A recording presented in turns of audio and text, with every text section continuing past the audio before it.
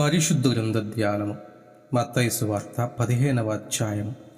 ఆ సమయమున యెరూషలేము నుండి శాస్త్రులను పరిసయ్యులను యేసునొద్దకు వచ్చి, నీ శిష్యులు చేతులు కడుక్కొనకుండా భోజనము చేయుచున్నారే, వారెందు నిమిత్తము పెద్దల పారంపర్యాచారమును అతిక్రమించుచున్నారని అడిగిరి.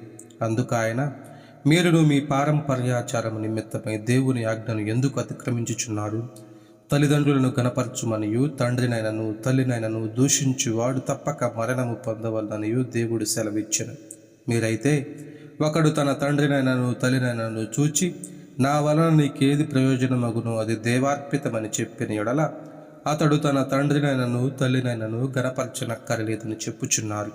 మీరు మీ పారంపర్యాచారము నిమిత్తమై దేవుని వాక్యమును నిరర్ధకము చేయుచున్నారు. వేషధారులారా, ఈ ప్రజలు తమ పెదవులతో నన్ను ఘనపరచుదురు గాని వారి హృదయము నాకు దూరముగా ఉన్నది. మనుష్యులు కల్పించిన పద్ధతులు దైవోపదేశములని బోధించువారు నన్ను వ్యర్థముగా ఆరాధించుచున్నారు అని యెషయా మిమ్మును గుర్చి ప్రవచించిన మాట సరియే అని వారితో చెప్పి, జన సమూహములను పిలిచి, మీరు విని గ్రహించుడి. నోట పడున్నది మనుష్యును అపవిత్రపరచదు గాని నోట నుండి వచ్చున్నదియే మనుష్యును అపవిత్రపరచునని వారితో చెప్పాను. అంతటా ఆయన శిష్యులు వచ్చి, పరిసయ్యులు ఆ మాట విని అభ్యంతరపడరని నీకు తెలియనా అని ఆయన అడుగగా, ఆయన, పరలోకమందున్న నా తండ్రి నాటని ప్రతి మొక్కయు పెళ్ళకింపబడును. వారి జోలికి పోకుడి. వారు గురుడ్డివారయ్యుండి గురుడ్డివారికి త్రోవ చూపువారు. గురుడ్డివాడు గురుడ్డివానికి త్రోవ చూపిన ఎడల వారిద్దరూ గుంటలో పడుదురు గదా అనెను.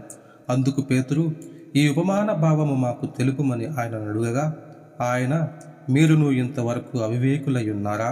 నోటిలోనికి పోవునదంతయు కడుపులో పడి బహిర్భూమిలో విడవబడును కానీ నోట నుండి బయటకు వచ్చునని హృదయములో నుండి వచ్చును.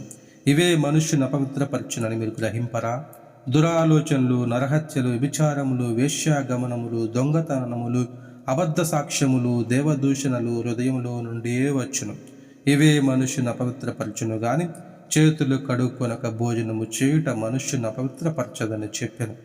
యేసు అక్కడ నుండి బయలుదేరి తూరు సీదోన్ల ప్రాంతములకు వెళ్ళగా, ఇదిగో ఆ ప్రాంతముల నుండి కనాను స్త్రీ ఒకటి వచ్చి, ప్రభువా, దావీదు కుమారుడా, నన్ను కరుణింపుము, నా కుమార్తె దయ్యము పట్టి బహు బాధపడుచున్నదని కేకలు వేశాను. అందుకు ఆయన ఆమెతో ఒక్క మాట అయినను చెప్పలేదు. అప్పుడు ఆయన శిష్యులు వచ్చి, ఈమె మన వెంబడి వచ్చి కేకలు వేయుచున్నది గనుక ఈమెను పంపివేయుమని ఆయనను వేడుకొనగా, ఆయన, ఇజ్రాయేలు ఇంటి వారై నశించిన గొర్రెల యొద్దకే గాని మరి ఎవరి యొద్దకును నేను పంపబడలేదనెను.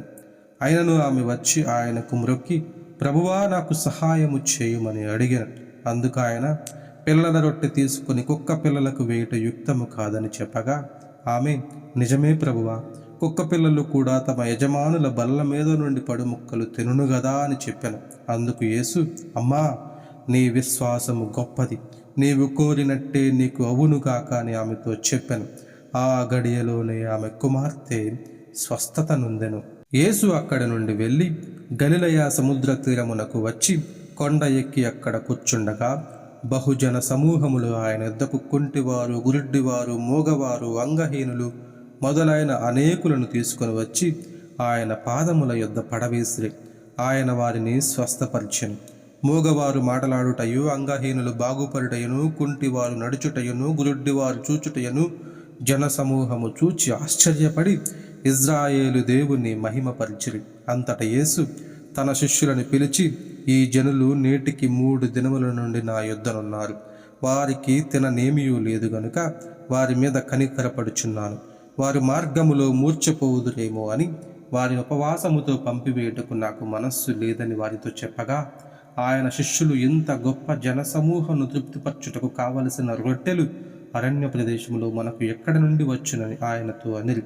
యేసు, మీ యొద్ద ఎన్ని రొట్టెలున్నవని వారిని అడుగగా, వారు 7 రొట్టెలను కొన్ని చిన్న చేపలను ఉన్నవని చెప్పిరి. అప్పుడు ఆయన నేల మీద కూర్చుండని జనసమూహములకు ఆజ్ఞాపించి ఆ 7 రొట్టెలను ఆ చేపలను పట్టుకుని కృతజ్ఞతాస్తుతులు చెల్లించి వాటిని విరిచి తన శిష్యులకిచ్చాను. శిష్యులు జన సమూహమునకు వడ్డించిరి.